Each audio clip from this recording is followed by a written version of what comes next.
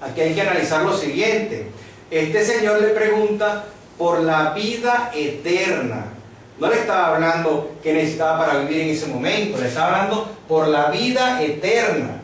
Y si Cristo sabía que iba a abolir la ley en la cruz, como Él lo sabe todo, igual que su Padre, si ya sabía que se iba a abolir la cruz, los mandamientos en la cruz, ¿cómo es que Él le responde a este señor acerca de su vida eterna y le dice, guarda los mandamientos? Y el Señor le pregunta, ¿cuáles? Y Jesús, hermano, se refiere a esta ley. Esta ley que estamos hablando aquí es esta ley. A esta ley se refiere cuando hablamos de juzgar. Esa es la base del juicio de Dios. Palabra de Jesucristo. Hay que ver a quién le creemos, si al hombre o a Dios. Vamos con la siguiente pregunta. ¿Y a qué ley se referían los discípulos? Santiago 2:10. Porque cualquiera que guarde toda la ley, pero ofenda en un punto, se hace culpable de todos. Pues el que dijo, no cometerás adulterio, también ha dicho, no matarás. Ahora bien, si no cometes adulterio, pero matas, ya te has hecho transgresor de la ley. Así hablad y haced como los que habéis de ser juzgados por la ley de la libertad. Igualmente, los discípulos se referían a esta ley. Ya Cristo había muerto y ellos seguían refiriéndose a esta ley. Entonces, hermano, vamos a ser juzgados por esa ley. Cuando usted peca, usted sabe que peca por esa ley. El que infringe la ley, peca. Esta ley. Ok, vamos a hacer otra pregunta. ¿Qué dijo Cristo de los mandamientos? Voy a leer dos versículos o dos párrafos continuos. Lucas capítulo 16, versículo 17. Pero más fácil es que pasen el cielo y la tierra que se frustre una tilde de la ley. Mateo 5, del 17 al 19. No penséis que he venido a abolir la ley o los profetas. No he venido a abolir, sino a cumplir. Porque de cierto os digo que antes que pasen el cielo y la tierra, ni una jota ni una tilde pasarán de la ley, hasta que todo se haya cumplido. De manera que cualquiera que quebrante uno de estos mandamientos muy pequeños, así enseña a los hombres, muy pequeño será llamado en el reino de los cielos. Pero cualquiera que los cumpla y los enseñe, este será llamado grande en el reino de los cielos. Dice primeramente el Señor que no pasará ni el cielo ni la tierra antes de que se frustre una tilde de la ley, sumamente significativo. Y dice en el versículo que ni una jota ni una tilde pasarán de la ley.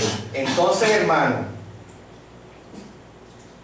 si Cristo, vuelvo con el mismo tema, abolió la ley, ¿por qué aquí es tan significativo con la ley? Y dice ni una jota ni una tilde, pero sigo leyendo bajo la misma pregunta. Mateo 15, del 8 al 9.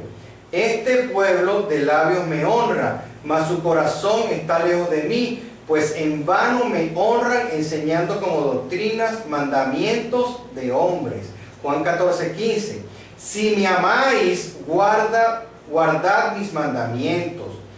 Juan 14, 21. El que tiene mis mandamientos y los guarda, ese es el que me ama. El que me ama será amado por mi Padre, y yo le amaré y me manifestaré a él.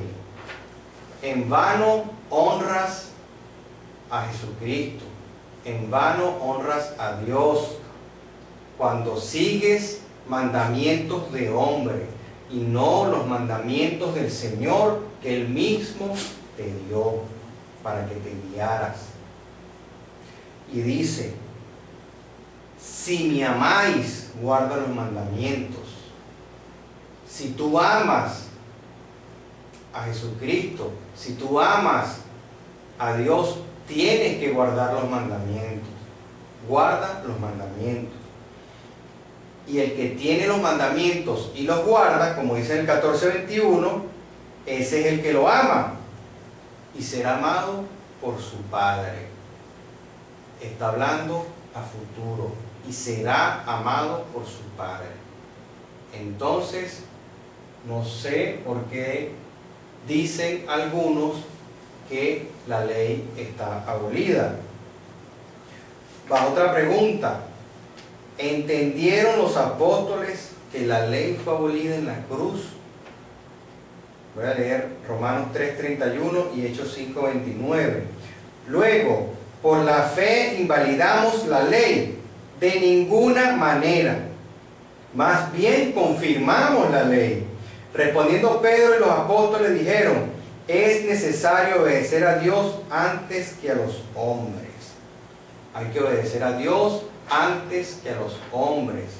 Y dicen también que de ninguna manera invalidamos la ley. Más bien la confirman la ley. Voy a leer 1 de Juan 3, del 4 al 9. Todo aquel que comete pecado infringe también la ley, pues el pecado es infracción de la ley.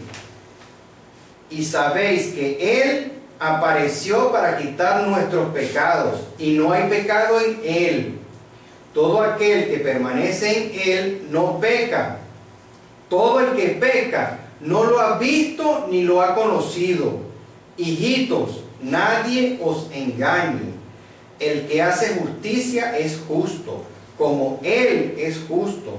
El que practica pecado es del diablo, porque el diablo peca desde el principio. Para esto apareció el Hijo de Dios, para deshacer las obras del diablo. Todo aquel que es nacido de Dios no practica el pecado, porque la simiente de Dios permanece en él, y no puede pecar, porque es nacido de Dios.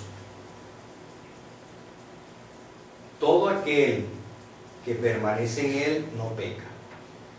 El que peca, hermano, dice el Señor en la Biblia, no lo ha visto ni lo ha conocido. Te está diciendo el Señor. Él te está diciendo, si tú pecas, si tú estás tranquilamente pecando porque te dijeron que está abolida la ley en la cruz, ni lo has visto ni lo has conocido, o sea que no está en ti. Si tú no lo has visto y no lo has conocido, no tienes a Cristo en tu corazón. Y va más allá. ¿De quién eres? Del diablo. Aquí dice, el que practica el pecado es del diablo. Así de simple, contundente. El que practica el pecado es del diablo. Pero sigue todavía siendo contundente. Y dice al final,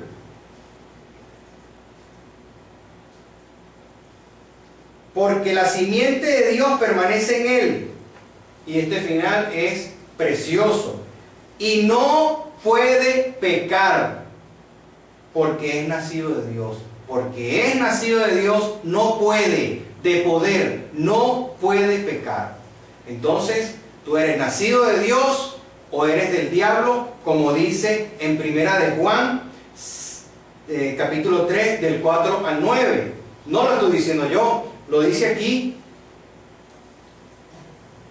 Es por medio de la palabra del Señor que te están enviando este mensaje. No es Alberto Brito, es Dios el que te está enviando este mensaje.